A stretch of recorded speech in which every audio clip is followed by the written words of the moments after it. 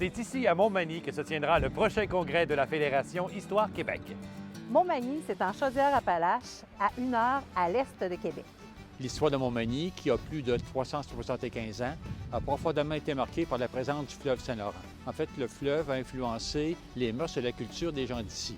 Montmagny, c'est bien entendu les grandes oies blanches qui reviennent chaque printemps et chaque automne s'alimenter et se reposer sur les berges du fleuve. C'est sans aucun doute le symbole le plus connu de notre coin de pays.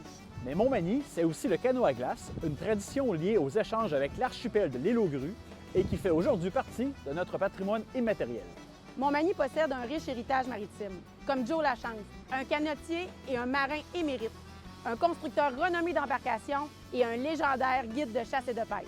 Et le CGS Montmagny, un bateau destiné au ravitaillement et au balisage des voies navigables qui a été notamment envoyé sur les lieux du naufrage du Titanic en 1912, va faire naufrage à son tour en 1914 ici au large de Montmagny.